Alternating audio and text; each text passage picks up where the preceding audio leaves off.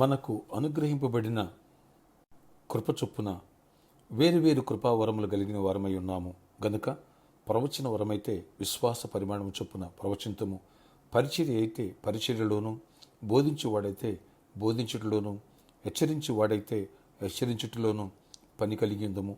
పంచిపెట్టేవాడు శుద్ధ మనసుతోనూ, పై విచారణ చేయువాడు జాగ్రత్తతోనూ, కరుణించువాడు సంతోషముతోనూ పని జరిగింపవలెను. రోమీయులకు రాసిన పత్రిక 12వ అధ్యాయము 6వ వచనం నుంచి 8వ వచనం వరకు. Praise Jesus. ఈరోజు మార్చ్ 23 మండే. Good morning. పరలోకనిస్తాం సంఘ బిడ్డలందరికీ, ఆత్మీయులకు, దైవజనులకు, ఇతర రాష్ట్రాల, ఇతర దేశాలు మన పిల్లలందరికీ కృపాక్షేములు సమృద్ధి కలుగును గాక. ఆమేన్. ఫ్రెండ్స్, ఆత్మఫలం గురించి ప్రభు మాట్లాడారు మనతో, ఆత్మవరాల గురించి. ఎందుకంటే నీవు నేను దైవ కుమారులుగా ఈ సృష్టి యొక్క సమస్యలను సాల్వ్ చేయడానికి, అనేకులను ప్రభుతోటి తిప్పడానికి నీకు నాకు దేవుడు కొన్ని ప్రత్యేకమైన వరాలు ఇవ్వాలని కోరుకుంటున్నారు. ఆయన స్వరూపాన్ని మలచాలని, ఆ శక్తితో నింపాలని, అభిషేకంతో నింపాలని కోరుకుంటున్నారు. కాబట్టి ప్రతి వరమును గురించి వివరంగా తెలుసుకోవాలి, ఆసక్తితో ప్రార్థించాలి. సంఘం యొక్క క్షేమాభివృద్ధి కోసం నీవు నేను పాటుపడాలి. లోకంలో ఉన్న వాళ్ళని పరలోకం వైపు నడిపించాలి. అందుకు దేవుడు నిన్ను ప్రేమించి తన కృపలో జగత్తు పునాది ఏర్పడకుండా నిన్ను క్రీస్తులు ఏర్పాటు చేసుకున్నాడు. ఈ సత్యాన్ని ప్రతి ఒక్కరూ కూడా గమనించాలి. కనుక ఈ వరాల గురించి మనం వింటున్నాం. నువ్వు మరింతగా ప్రార్థన చేయి. దాని గురించి మరొకసారి రికార్డ్ అయిన దాన్ని విను. మరింతగా బలపడతావు, దైవ దీవెన పొందుతావు. ప్రార్థన ఆశ్చర్యకడ. ఎవరి ప్రార్థనకి ఉపయోగిస్తున్నారో ప్రతి బిడ్డను దర్శించి దీవించి కృప చూపించండి అయ్యా. అవునాయన, మీరు మాకు అనుగ్రహించిన వేరు కృపావరములు కలిగిన వారమై ఉన్నాం అని చెబుతున్నారు.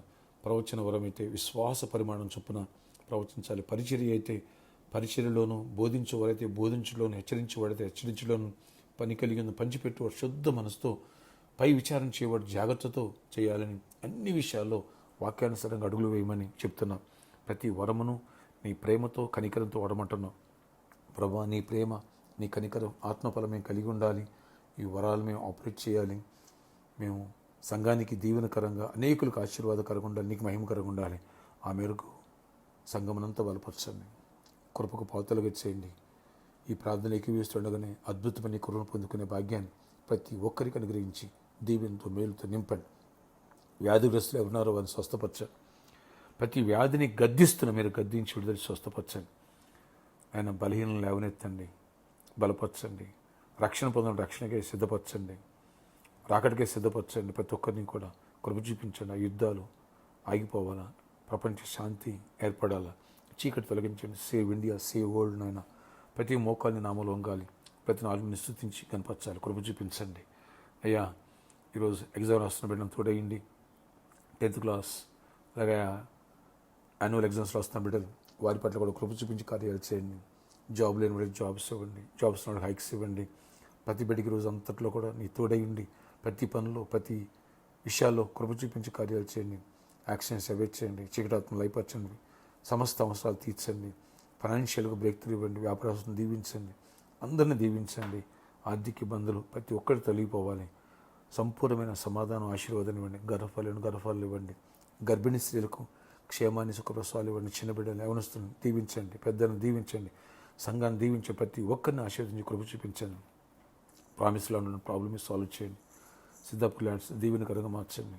ప్రతి పరిచారకుని దర్శించండి అయ్యా. పాస్టర్స్ ట్రైనింగ్ గ్రూప్లో ఉన్న బిడ్డను కూడా దర్శించండి. ప్రతి ఒక్కరిని స్ట్రెంథెన్ చేయండి.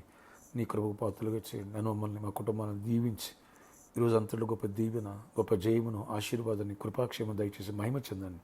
ఈరోజు బర్త్డే, వెడ్డింగ్ యానివర్సరీ బిడ్డను దీవించి దీర్ఘాయుషును, కృపాక్షేమం దయచేసి సమాధానంతో దీవెనతో నింపమని యేసు నామములో ప్రార్థిస్తున్నాను తండ్రి. ఆమేన్. May God bless you all. Have a nice day.